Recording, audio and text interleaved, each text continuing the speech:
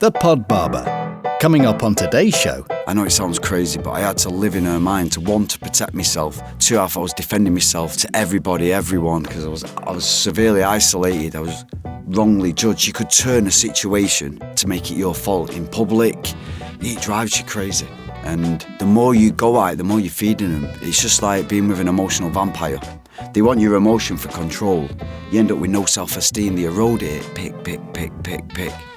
People just be like, why don't you leave? But you can't. I believe I'm quite an empathetic person, and so I'd always look for the best in things, even if it's one thing out of 100, which is my downfall, because I knew I learned a lot about myself. I didn't have boundaries.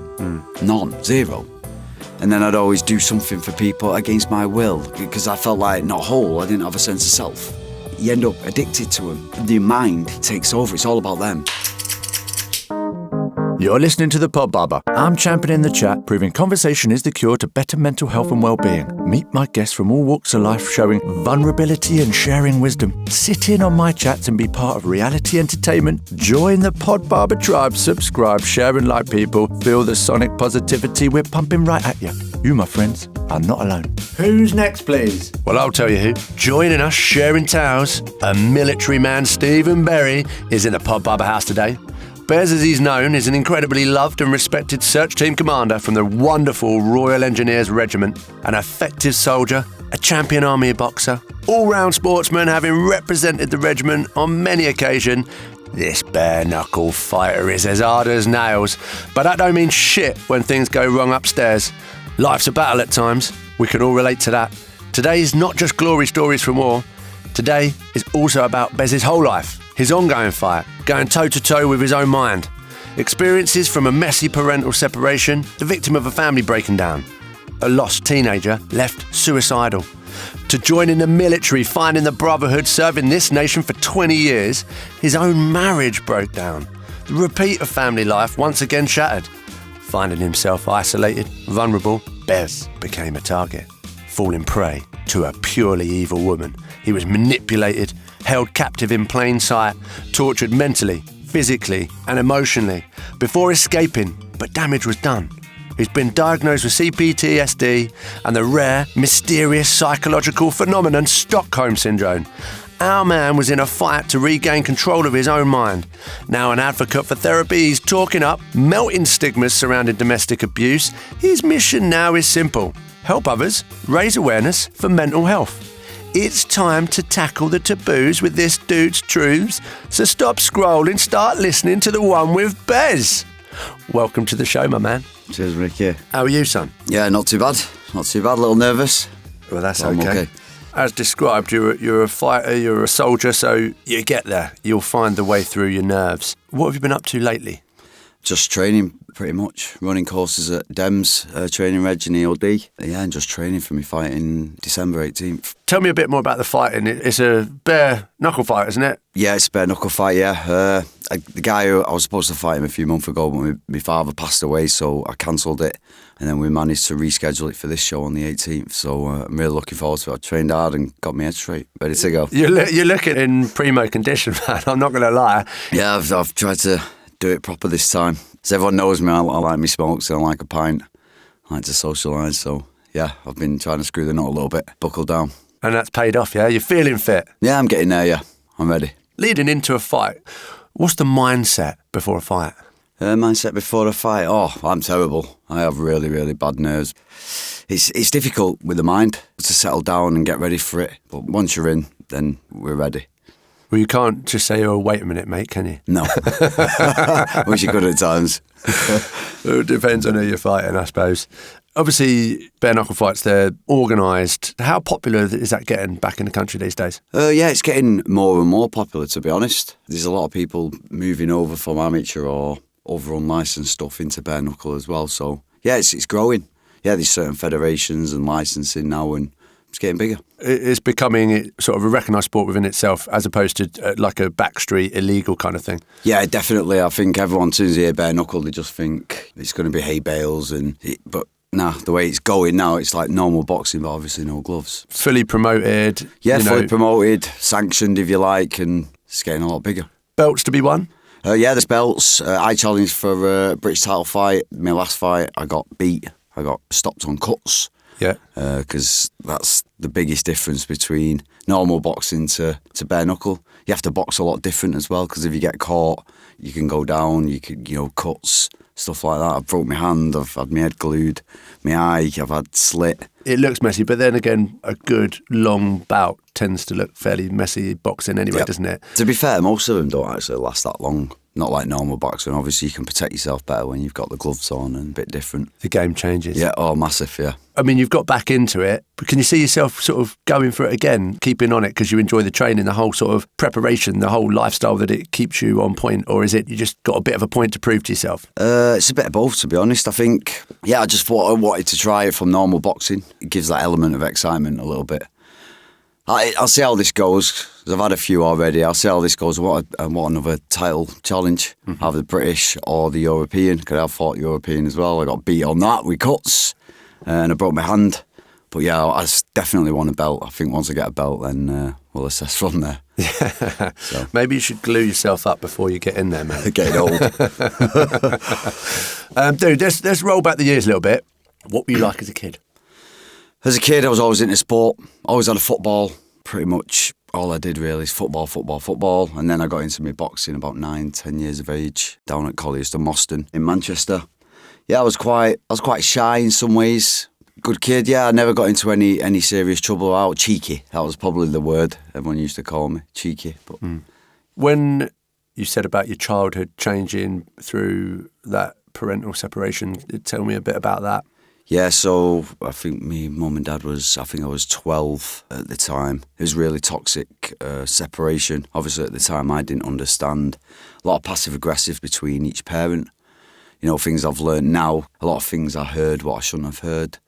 And pretty much in the middle. Me and my two sisters in the middle of quite horrific, some things I heard and about each other, and was always in the middle. Obviously now I understand that they dealt with their own problems at the time and emotional, they've just separated. So I struggled to live with both parents. It was really difficult, especially more so on my mother's side, because I struggled to communicate with my mother even back then. It opened my eyes a lot. I was very lost from having my parents there, especially my father the most, there all the time. He never missed a game, and he was a workaholic, to having nothing, I suppose. My dad had to deal with his own self, and then I sort of didn't have either parent in a way.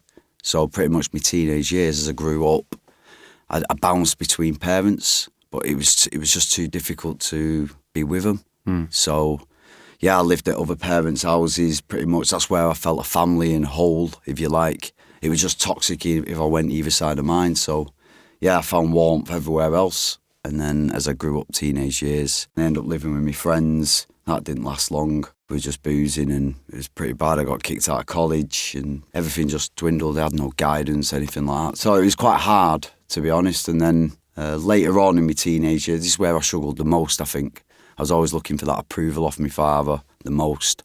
So I was looking for some support. Times were really tough. I was really lost. I never knew what I wanted to do. I knew I could achieve, but I just didn't know where to go or what to do. I needed help. So the only people I had really at the time was my friends. So sometimes, I could speak to my father. He's always given me advice, but I always wanted a bit more, and really challenging time. Did you ever blame yourself? Did you ever find yourself feeling guilty? Yeah, of course, loads growing up. I thought it was something I'd done. And there's a bit more to it with my mother's side. So after the therapy I've been through and stuff, with what I went through later on in life, it brings back to why you are like that and why you allowed that behaviour at the time, and then it goes back to all your childhood. And then that's where it starts to all make sense and piece together what made me who I am, I suppose. With all those bouncing around with the family, not having that sense of approval, not having either parent, would you say that they both played you, knowingly or unknowingly? No, I don't think knowingly. When I was younger, I was made to feel guilty all the time for being who I was or what I wanted to do or anything like that. I was always guilty, and now I understand that about my mother, to why that was, because of her own issues. I don't think I had a real sense of self, and I think I was doing things for the wrong reasons of my parents, maybe. Because I was put on a bit of a pedestal, so I thought a perfect family, I had lots of love, and then all of a sudden nothing from 12. It was very difficult, and I didn't understand that, and I couldn't regulate myself to understand, so I craved and craved and craved.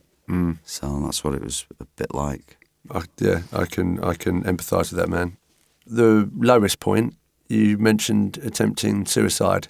Yeah, I attempted suicide. Like so, when I got a bit older in my teens, I got further lost because then I knew I wanted to do something, and I was like, I hated myself in some sense because I knew I could. I had that self-belief. I don't know where that come from. It was ingrained in me from being younger. Yeah, just drinking a lot. It was the only way I could mask it to get rid of the pain. It was constant, this loss, feeling worthless and stuff like that. And then, yeah, drinking a lot. And then I tried to hang myself, basically. And it was my friend who saved me. But it was always running through my mind. It was like always an option through my teens. It was always an option that if things got any worse, don't worry, I can just get rid of myself. And that's what it was like. Sometimes I just wanted someone there, and it was really difficult, very confusing as well. But I never went down the wrong path. This is what I'm quite proud of to this day. I never stole, never did anything like what some of my pals were doing. That was ingrained in me about right and wrong. That helped a lot. So, my parents, they inbred a lot of things in me, and I've carried that on, I think. That's so nice to hear. Despite getting to the point of the lowest ebb, you still got some moral compass there and you know where you're pointing, but that confused, lost lad just didn't know what else. And it's like, right, well, that is an option. I look back and I just think like sometimes I was really like a little boy craving something off the parent or... Yeah, especially as you assess it, like with oversight looking back now, children's wellbeing is at the centre stage of conversation at the moment. And the more we talk about these things, obviously we raise awareness, but actually it also gives more chat towards these things and it can become a sticking point for some youngsters, and it's a very finite thing, isn't it? It's like, come on, we need to get you talking up and purging your problems and having that kindness around you to... Of course. You might come from a toxic situation, might come from a toxic relationship, but if you've got a bit of compassion, love and understanding around you, it makes a massive difference. Of course. I think a lot of it is kids do as they're told, do as they say, and then so sometimes I feel like their emotions can be neglected. So it depends on obviously the personality type of the parents as well, if they're quite domineering. If they never can express their emotions, then it just comes suppressed, and that's where suppressed emotions never leave you. I've learned that, after a lot of therapy, I've noticed that it'll never go, but it's just managing it and working around it. So I think, like everything, it starts from childhood or your environment and predominantly your caregivers, really. Recycle all the universal truths of living a life and having those experiences into producing this toolkit and thinking, you have to reframe stuff and think, well, I've learned that lesson through my own experience and that gives me something else, and I might have needed to learn that. That's part of my journey. Yeah, how can I better put that into practice? And that's in talking up, talking out, getting control over your own emotions and helping others to find those wisdoms. Yeah. Wisdom becomes an action then, doesn't it? Yeah, of course, yeah. Tell me about what it was like when you joined the army and the brotherhood. So I joined the army when I was 21. Basically, it was a bit of a I didn't know what to do. I wanted to be a fireman like my old man, but it was really hard to get into. And a long waiting list for Greater Manchester, and I run out of ideas. So a couple of my friends joined the paratroopers, so I joined the paras, and I thought, well, I need to do something with my life. So it was a little bit of a last attempt at where to go. So, I signed on the dotted line and then joined the engineers. I loved it. I absolutely loved it because I was part of something. I still have that now sense of belonging. I need it. Without it, don't feel whole. So it was an amazing feeling for me. It was a good laugh, good crack, and I could actually express who I was. For me, it was amazing. I found my niche, if you like. Cool. My why. Was it tougher than you thought it was going to be? No, I was really fit, to be honest, at the time. No, I didn't mentally, no, because I loved it. I really did. Some people, remember, I didn't come from like a homey home, where some people just being away from home, it destroyed them. There was a lot of lads always upset about it. I didn't. I relished it. The laughs, just being part of something, and it gave me some like fulfillment of who I want to be. Yeah, it was amazing. I've got a smile on my face now. No, you have, yeah. It was, I felt good. You also married your childhood sweetheart. Was that around a similar time? Yes, so I met her when I was 16, but then I moved away to the other side of Manchester and didn't really see her, and then we got together when I was about 19, I think it was, and then obviously married at 21, very early, I know, but since 16, she was the one. When you know sort of thing. And then, I married my childhood sweetheart. I think the army influences that. A lot of the lads will know this anyway. They get married because they want to be with them each day, and then you have plans living together.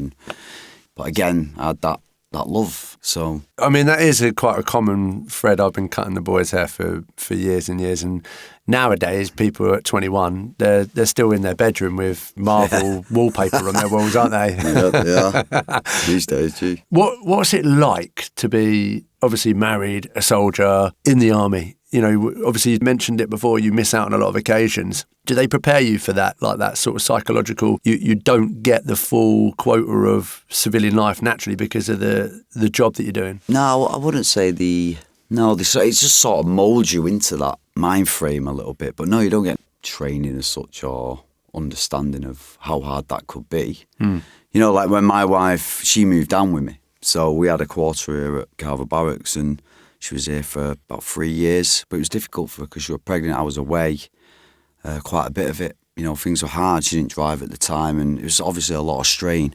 Obviously, I understood this and supported, but it was a difficult time for her. You know, sometimes I didn't really appreciate that. I think being young again, you know, I tried to encourage her to make friends, but she found it very difficult she's like a home girl, if you like. She wanted all her surroundings, what she knows, that's pretty much what she was like. So it did put a little bit of strain on us, to be honest.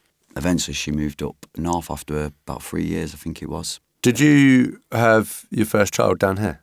No, well, she was pregnant when she was down here, but she had my son Billy, she had him when she was up north. She did work in Cambridge, but she went up north, and then I knew she didn't want to come back. I knew, and she come back for a few weeks after we were born, 6-week-old. And she gave me an ultimatum, pretty much.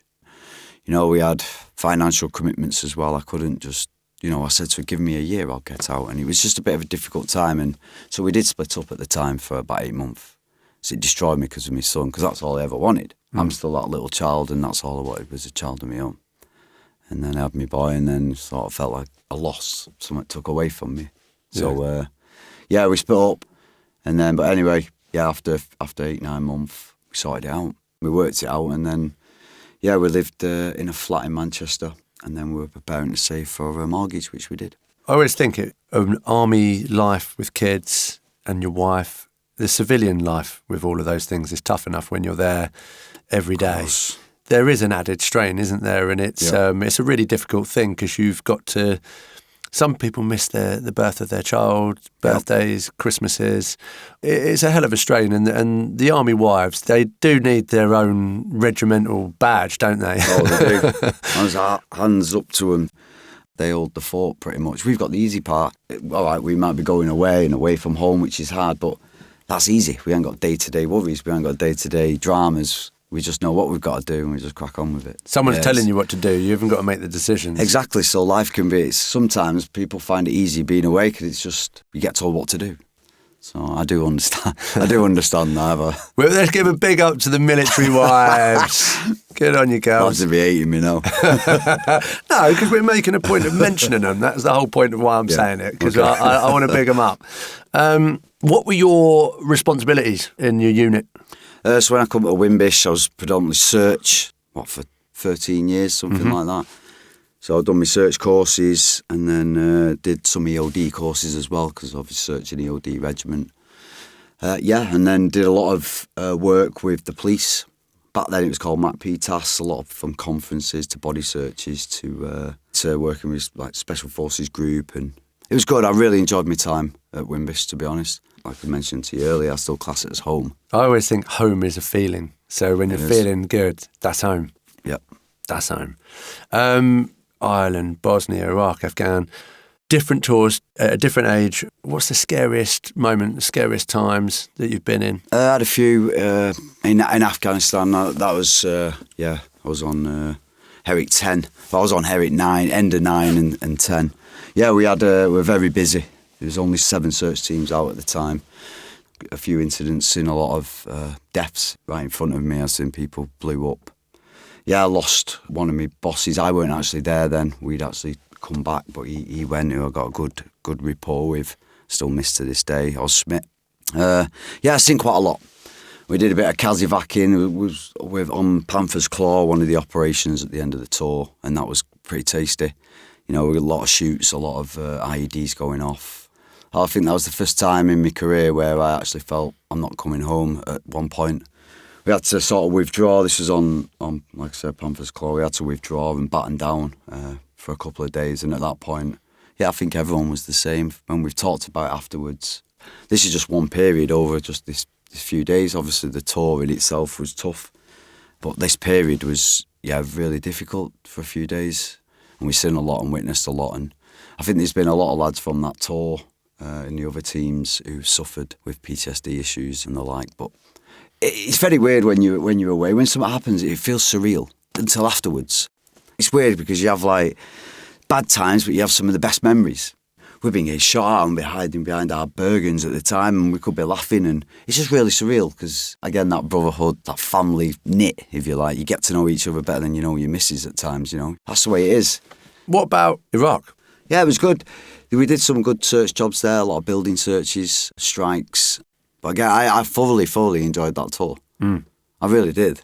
It was a good one. So, I love new things. I love, different places, meeting new people, seeing different cap badges. It's always interesting. And even getting a taste for the local culture. And I know they're in a war-torn situation, but you see, the crux of life. Yeah, definitely. Like the Iraqi people is a lot different to Afghan. Like a lot of the Afghanis will stay away from you. It makes you a little bit uneasy. But the Iraqis, the kids, everyone's around you. You worry when they weren't around you, So, the culture is a little bit different between the people. I went to a place in Cambodia called the Killing Fields. That was Pol Pot's genocide, that ethnic cleansing, and that was the first I'd really gauged what it's like, and that's post. So the silence when you go to the mass graves is horrendously eerie, man. And I've been there a couple of times, and you do get that sense of death and trauma, and you see it within the community, the shape of the land. You can see where things are. Those Killing Fields, for anyone that's been out there, there's still mass burial graves. They're still there. You see people's bits of clothing and all the bones and skulls. It's horrendous. But it's important to go to places like that. Serving in all these countries with these cultures, like, what have you learnt about yourself? I don't know. I think it's just difference. You just relate to the difference of who they are, their beliefs to what you are. And like the kids are always happy. I've been to some countries, like Kenya and stuff. They've got nothing. Absolutely nothing. Not even got a pair of daps on their feet. They're so happy. I know it's a lot because they don't know the other side, so they don't know what they're missing, but I probably take that away more than anything, how lucky we actually are, or how lucky I am. And you've learnt gratitude. Yeah, probably gratitude, because, you see people are happy and they don't need material. They don't need technology, just to be happy people. And the family unit they all have, and how they still have that protective measure around them and that family base. It's really nice to see. It's quite warming as well. So, I'll probably take that definitely That's away. a great thing to take, isn't it? Yeah, 100%. To be really super grateful for the opportunity. Yeah. You mentioned about coming home can be much more stressful sometimes than actually being away. What's been your experience of coming home and trying to readjust from these situations? The ice was after Afghan. At the time, I was very scared. I remember I smoked at the time and I couldn't even go out my front door at night. I really couldn't. I had to go to the back door. I was just scared of intruders. I was scared of people. It's really bizarre because I masked it as much as I can. I'm supposed to be this come home protector of my family and my two kids, and I wasn't. I was a bag of nerves. I was scared of everything. I really was. A shadow in the window at night. I'm scared. I just couldn't relate to why at the time. I didn't relate it to being away. I didn't. But looking back, I just think, God, I was all right through the day. Or very styled, I could be very, very jumpy. I still am a little bit now, but at night, as soon as it got dark, it'd panic me, and I'd be on alert. Really bad. Did you and the boys chat about that, or was it sort of, because you come from that more man up, get on with it kind of attitude? It takes a lot for a squaddy to open, unless you've got a real close bond with someone who and they can trust you. It doesn't happen much, because of the stigma, I think it is. Remember, men's supposed to be the protector, the strong one. And I think that's why a lot of men commit suicide, because we don't express ourselves. So for a squaddy, they did and they didn't. You have to be really close to them, and usually it'll only be after a drink. But you'd see it in the behaviour anyway. They change, or there'd be excessive drinking. Even if they're a piss can anyway, they'll still be drinking more than normal and just being out of character. So you always know. So I used to always speak to them and say, do you want a word? Do you want, are you all right? I was like things I went through. I'd sit down and I'm like softy person, I'd open up a little bit. But I think that helped others open up too. Like courage comes in the conversation, doesn't it? And I think that does come into courage, though. So it's good on there. And the point is, let's make a massive point of this. You are a really experienced soldier. You are a fighter for the army. You're also a bare-knuckle fighter, a father. You've been up and down. We've got another half of your story to talk about, which is intense. But you're talking up, and that's the point of melting the stigmas. How beneficial is it when you talk up? It does, it helps. I think it's more my character why I do it. I'm a total open book. But yeah, if you open up, then you feel accepted. You're getting it out there and you feel true and you feel honest and open, and it actually helps yourself. So once it's out there, then you don't have to be hiding it, you don't have to mask it, you don't have to... There's some people out there get to a point where they've got no choice. But yeah, get it out there. That's what the Brotherhood's about. Speak to them and yeah, definitely open up because it sets you free. It's great to hear men talking up. The guys talking up, all right, they're the pioneers of this era. But guess what? All those big dudes who are sitting there, they might chime in with some piss take. You might feel... I love that though. That's good. Yeah. Again, it brings you together and then they feel like you know, if you can do it, they can do it. So it's just like a conveyor belt. It's about paying it forward, isn't it? And this is the thing, I'm not a tough person though, because I'm emotional, I'm like pretty soft. I do a lot of fighting and that through fear. So you fight because of fear? A lot of it, yeah, because I fight my own battles. Yeah. That's why I do it. To test yourself. So you're basically testing yourself, is that what you're saying? Yeah, pretty much. So what I went through, like I said, I had to start again from fear of being like a 2-year-old and I had to be guided through that, through my trauma therapy and stuff like that, and then started again, pretty much from being that little boy.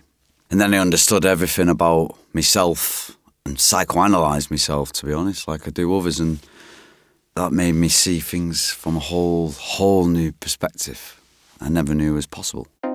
Hey there, it's Howie. Just interrupting really briefly, I've got a quick favour to ask.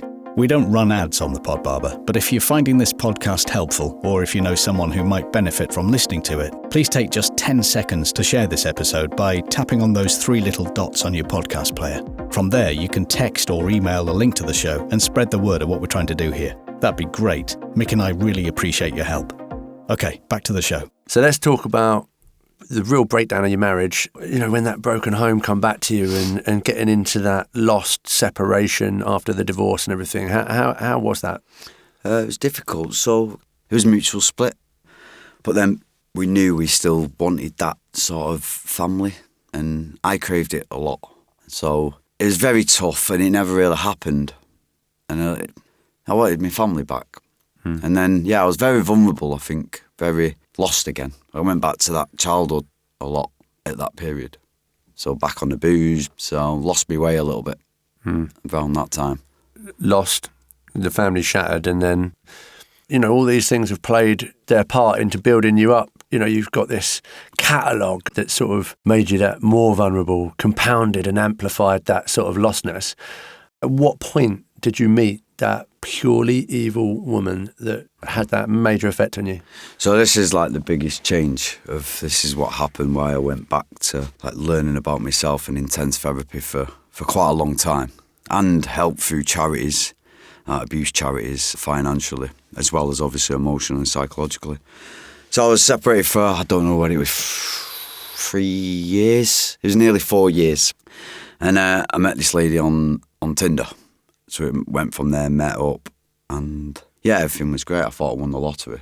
To me, it was love. It was loving. It was warmth again, that word. And everything just was amazing, perfect. Everything I loved, she loved. Everything was like harmony, but then things started to go wrong, and then there was lies, and the lies got bigger and bigger. I'd pull her up on it, and she was a master manipulator, master at deception is probably the best word.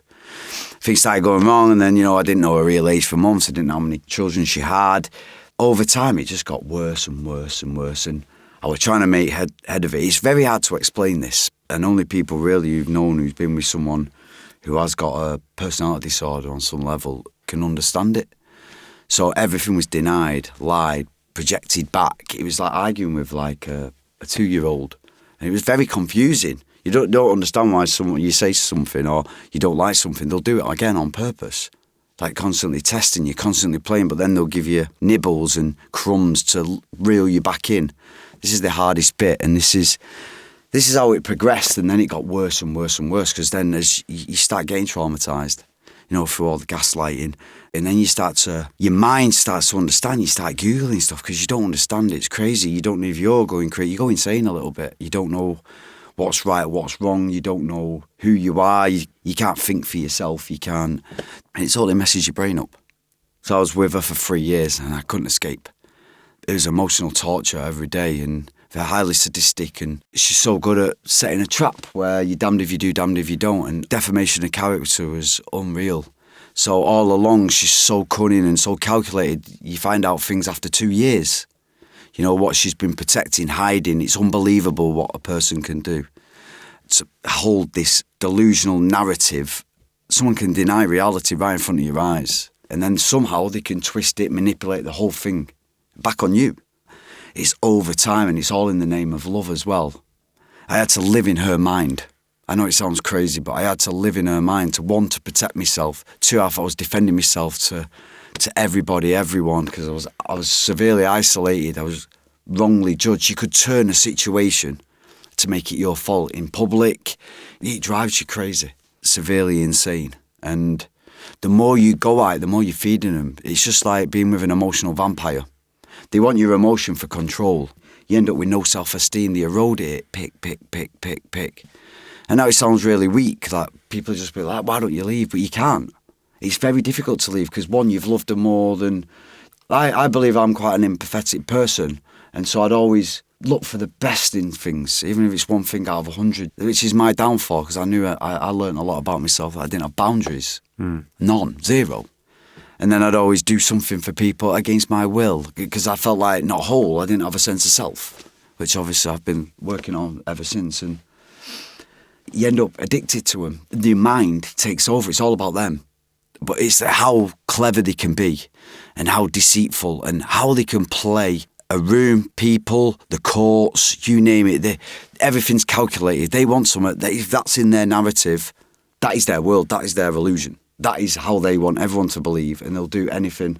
I thought evil was a physical form. You could see it. It's not. Everything's emotional. How they know every single thing about you and more. They're psychoanalyzing naturally. When sadism kicks in with it, that's when the calculative stuff comes in and everything's planned, and that it's hard to put it all into context. I think you've painted a really good picture. I'm gonna ask you. You've been diagnosed with Stockholm Syndrome. Mm-hmm. Can you explain what that is? So it's like an addiction, and then you start seeing the best in the person. You start sticking up for them. They treat you like a dog in some ways. Like I said, covertly. You don't even know most of the time. You don't even know what's happening until it's too late. There was times I was constantly ill there. I still believe to this day, I know it might sound paranoid and delusional, I was poisoned. I still believe it to this day. I was constantly ill there, throwing up, the lot. Anything just to keep me there. So you come like addicted to them. Your mind, everything's about them. Then they could treat you so poorly where you are going insane. But then they'll give you snippets, they'll give you crumbs to why they love you, or they'll do things and it reels you back in. And then you end up, you're just totally addicted. Your life's all about them because that's what they want. It takes over. You forget about your whole being. You don't exist. Every negative trait they have, they put onto you. Everything they don't want. And it's all toxic shame, anything to do with anything. So they can literally do anything in this world. They know it's right or wrong, but they know how to push it onto someone else so they can close it off. Obviously, they've learnt this through childhood as a defence mechanism. And then it's all put onto you. You become a sympathiser for your own captor. Yes, 100%. It's got similarities to brainwashing. It's all brainwash. It's all mind games. Mind games from day one you meet him. It's a massively intense condition, isn't it? It's happened in kidnappings and abusive relationships and prisoners of war, and it is that brainwashing, that complete control. So the importance of self-mastery and to find and discover yourself so that you can start to try and control that inner brain, that inner monkey child working away becomes essential, doesn't it? Yeah, of course. Obviously, the dynamics of your story are intriguing because you're a boxer, army lad. You've got all these military friends, people around you, despite being vulnerable and a bit of a broken dude from broken, shattered family life, you're still in conversations with people. How did you not get assistance from someone else? Or was she that good that they didn't know that you were in this situation? All my friends get played. Everyone. And anything they're jealous about them with their girlfriend, or everyone gets played against each other in every social occasion. We've had many problems. It's called triangulation. They play one off against the other, and it's all through jealousy and envy. And when you understand the disorder, they live off this. They can't breathe without abusing you or being in control of everyone around. They've got to control their environment. They can't control the self. They haven't got a self. So they have to control everyone around it to then give them who they want to be, if you like. I know that you've said to me, you don't want to come across as a victim. Why is that, Bez? I think because when you get that mentality, you're sort of trapped in it, and then it's hard to get away from it, and then you're blaming the world again, and you never can progress and heal, and that's a long, long process. Victimising all the time, and you see it all the time, people victimise themselves constantly. Then they're trapped in it. They never actually get out of it. You've got to get past it, and it's the hard thing to do when you actually are. I suppose for other people listening in, they'll be thinking, Christ, they might even realise that something's happening to them, because it doesn't have to be quite so extreme as the case where you end up in a psychiatric ward. We can have the subtleties of these things. You mentioned CPTSD. Yep. Can you just tell me what that is? Yeah, first I'll say on here is I got diagnosed privately, which I paid for out of my own money. And also, like I said, I got help through certain funds. Just wanted to get that out there. Yeah. So just for the abbreviation, just so people know what it is, it's complex post-traumatic stress disorder. Yeah. So basically, it's just the complex piece is because it's prolonged trauma. So it's like normal PTSD is just from a certain incident, or it could be small, but it doesn't matter. You can still get PTSD, or it could be from war, it could be from a certain action. But complex, I know, is just through prolonged trauma, as I got explained it. So when they made that diagnosis, was it relatable to any war trauma, or was it purely because of this Stockholm Syndrome, this toxic relationship? Yeah, it was nothing to do with war. Yeah, we discussed that in depth. Obviously, they want to understand you to help you, but it was nothing to do with that. I don't have, these memories are memories, some bad memories, but it doesn't alter things to how I feel. But with the relationship, that's what it was all down to. Those unique set of factors that you suffered at the hands of that woman. Yes, there's an element of childhood sort of shaping you and conditioning you, like we've talked about, but the reality is, if you hadn't have met that woman, you would never have had this disorder. Yeah. Sometimes how you feel is through trauma or what, it takes over. So no matter what you think, that's a battle just to think about something else but that trauma. That's why it is trauma. To get out of that is a test in itself, and it's consuming. This is why you can lose a lot of weight. You can't sleep, or when you do sleep, you wake up, you feel like you haven't been to sleep, because your brain's processing everything while you were sleeping, and that doesn't change. You can't escape it, though. You cannot get out of it. No matter where you go, what you do, you could go have fun. It doesn't stop. It's constantly ruminating. That's why I say I have free brain. It ruminates everything. That's the traumatic thing. It doesn't go away. How have you learned to deal with that part of your brain on a day-to-day? What's your prescription for self-betterment now? Okay, I always say, it's like I touched on it before, self-awareness, or awareness of like your abuser, and then that awareness of yourself, awareness of people, awareness of like everything's to do with awareness. Once you've got awareness, you can process who they are, why they're like that. Then you can understand yourself, why you allowed it, why you let a lot of things slide. Awareness of traits, how they operate, how to defend yourself, how to understand them. You've got to sort of be a little bit calculative to protect yourself. You've got to plan ahead. But this is where it doesn't stop. A lot of self-reading, a lot of understanding through. I used to read a lot of Cura. I have done over time. I've pulled a lot away from it now. I'm on pages with sociopaths, psychopaths, everyone with different clusters in the cluster B range, and real life experiences of how they think, how they are. And some people who I follow are really good. It's really interesting to hear it from someone like that. And it's actually scary. You have to get through the scare factor of it all. But to heal, it's time and so much hard work. But I had no choice. Otherwise, I wouldn't be here. There's people who commit suicide. And I know that because I didn't know where to go. It's the weirdest thing. It's like dissociation, totally mind dissociation, and it can kill you. You're empty. You don't know what to do, where to go. I've lived every day like that. And that's a battle in itself. So that's what it was like. It's a process from pulling away from them, to being with them, to pulling away, to staying away. And that, I could talk all week about each one. Because I made every mistake, which I think most people or abusees of it do as well. You've been away now from this situation, but does it ever leave you? I don't believe so, no. No matter what. It's bettered me. Bettered me as a person, but I can be over-analytical of everything. Because like I said, it takes over, and I can psychoanalyse things, people, quite a lot. But it's a protection measure. It's what's built in me now, and I can't help that. It naturally does it. My subconscious takes over, and it just brings it to... My brain doesn't stop. But yeah, but it can better you, open doors. Like I'm sat here now, hopefully helping people understand a little bit. And most people don't see abuse as going through a bloke, because usually it's the bloke who's the abuser, and it can happen the other way. And it's very easy. We do live in this world with far too many stigmas that create sort of negative patterns of behaviour and as reactions, but to be proactive is to basically come and talk about these things, isn't it? Because there's a lot of guys that they live towards that perception of what they should be far too heavily, and it's dangerous, isn't it? You've got to speak up. You get to a point where everyone will know anyway.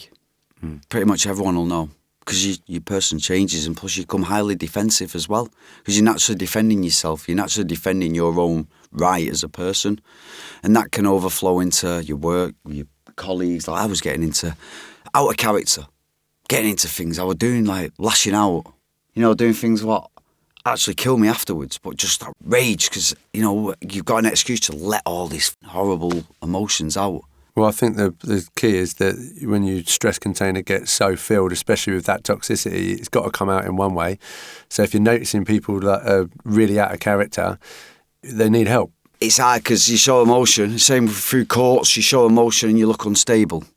You try, and the more they make you go insane, so the more you try and explain yourself, they're playing everyone, trying to, it's constant explaining yourself to, you look insane. An abuser always uses pretty much the same tactics, but on a different conjurum, or to whatever need they're doing it for. There's no one who's not an abuser who doesn't use an emotional or psychological element, because they need that part to do whatever they need, to coax someone in. There's always an agenda, purpose. With, obviously, the therapy, going into an institute, getting that professional help, that care, when you've come out and battled, you mentioned spending 17 grand to get things safe for as many people in your life as possible.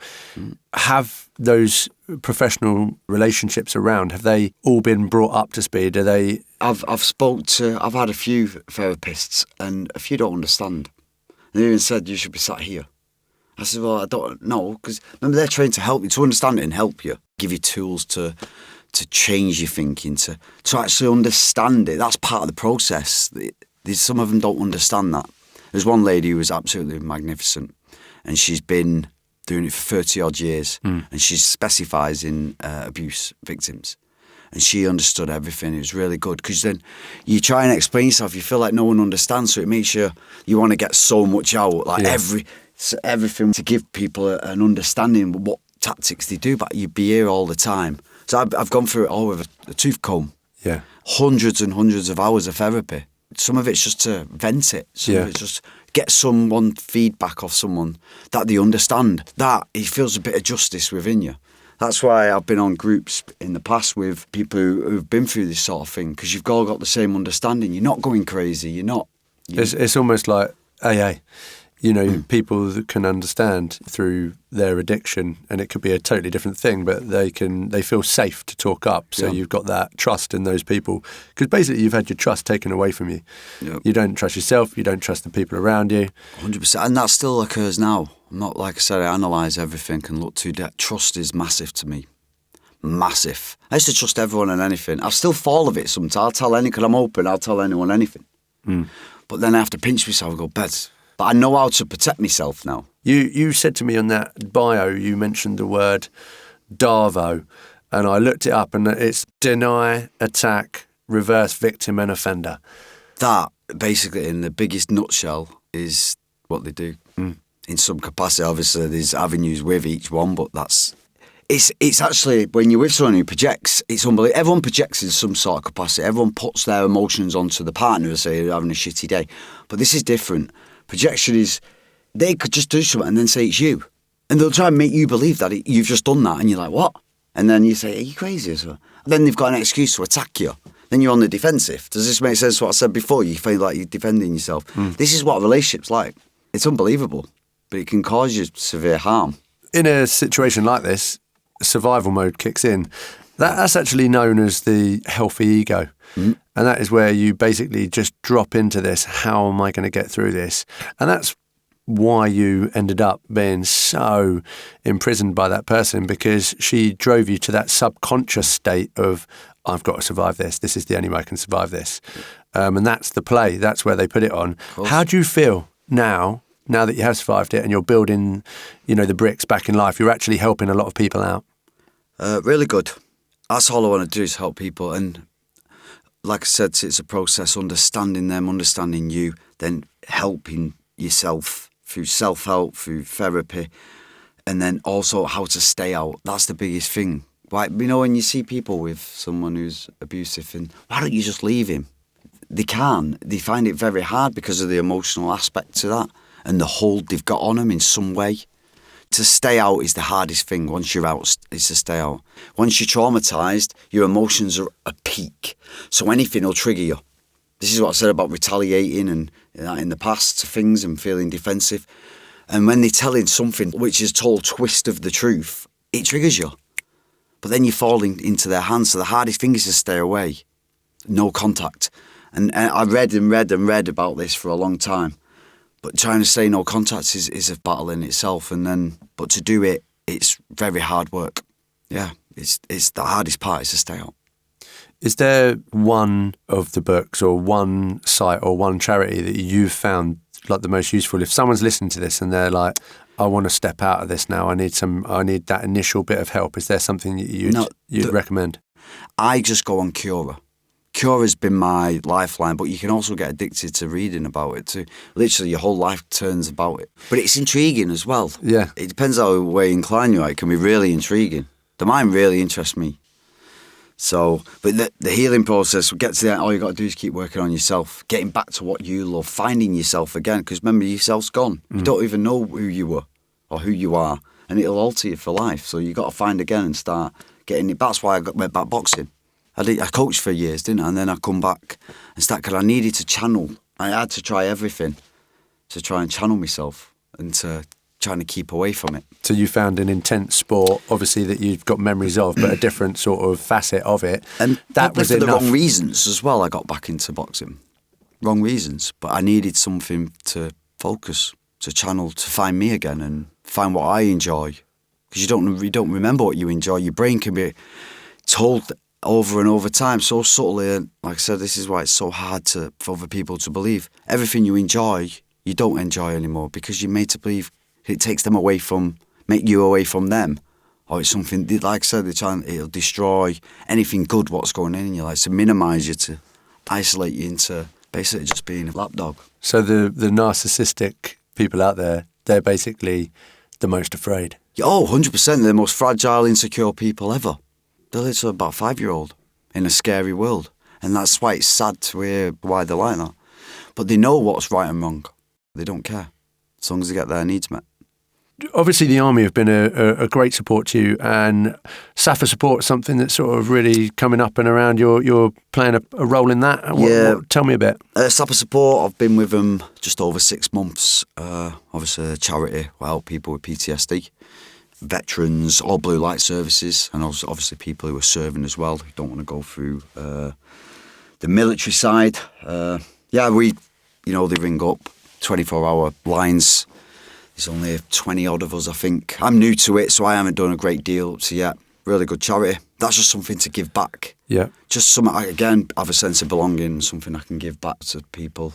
Would you like to stay on with that, even if your career with the Army sort of has to come to its pensionable age? Of course, yeah. Like, a majority of them are veterans anyway, of the blue light service and military, so... You've obviously got a lot of experiences to pull on. Yeah, it's just to listen to people, we point them in the right direction, with things we do with the GP, or then we can go get them an assessment ourselves, we'll pay for it, and then there's a possibility of paying for further treatment if needed up to a certain amount, and, just being there as is. A military version of the Samaritans, and the fact is, if you're getting a great feeling and you've got that sense of doing something and you're moving forward and you reflective and you think, yeah, you'll know when you can't do one of these things, but there'll be certain things that are most important. I think it's great that you do that. I think it's great that you give back. And what's the point of learning all this stuff if you don't then reframe it and harvest it for other people?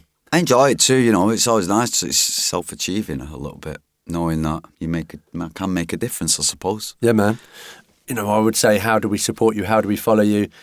So how do we do that? Do you want anyone following you? Yeah, if anyone needs help, if anyone's got any issues at all, obviously anyone within the blue light services, you can even speak to someone within that blue light service you served in, or speak to someone. It's not a weakness. Go forward, give the hotline a ring, and then we'll point you in the right direction. We'll support you all the way. That's what we can do. Cool, man.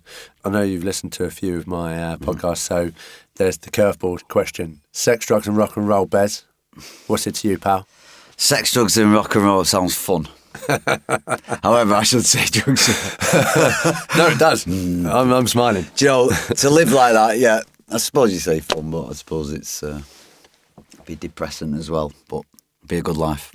Yeah. Balance it out. Is that what you're saying? That's it, balance. Everything's about balance, isn't it? Yeah. So you got 3 plates. The Greek waiter. Bez the boxer, the Greek waiter with his 3 plates of sex on one, drugs on the other, and rock and roll on the other. Just don't drop them. Don't let them get too filled up. I think that's the message there. One last question, man. What made you want to come on the Pod Barber show today? Well, obviously, I know yourself for years doing my hair, and I see what you've done and how you're giving back through other people and the way it's all put together. And I thought, I'd love to get involved in some way. Become part of the tribe. Yeah. So, and I've really appreciated being here, and thank you, mate. No worries, man. I love the fact that you found a safe space again. You're utilising the skills for SAFA support, like we just learned. And being willing to agitate those old wounds in the essence of trying to help others is a great thing, man. You've actually taught me about a load of conditions I didn't actually know anything about. And I think we had that message within this podcast, the fact that knowledge is key, reading up and doing some research before we bandy stuff around, because that drew me to trying to learn. And I really feel you've then given me an extra sense of learning. I think you're a brave man in every aspect, but more so for the courage of talking up. You're a great guest. We know that you're a fighter, so we wish you all the well with every single fight that you have. So you've proved conversation is the cure again. And on that note, man, it's peace, love, power to your day, Bez. Thank you very much, mate. Really appreciate it. Thank you. The Pod Barber is a That Media and Design production, with Mickey at the mic and Howie at the controls. If you've been affected by any of the topics in this show, you can find more helpful information on the episode's page at thepodbarber.com and search The Pod Barber on social and let's get connected.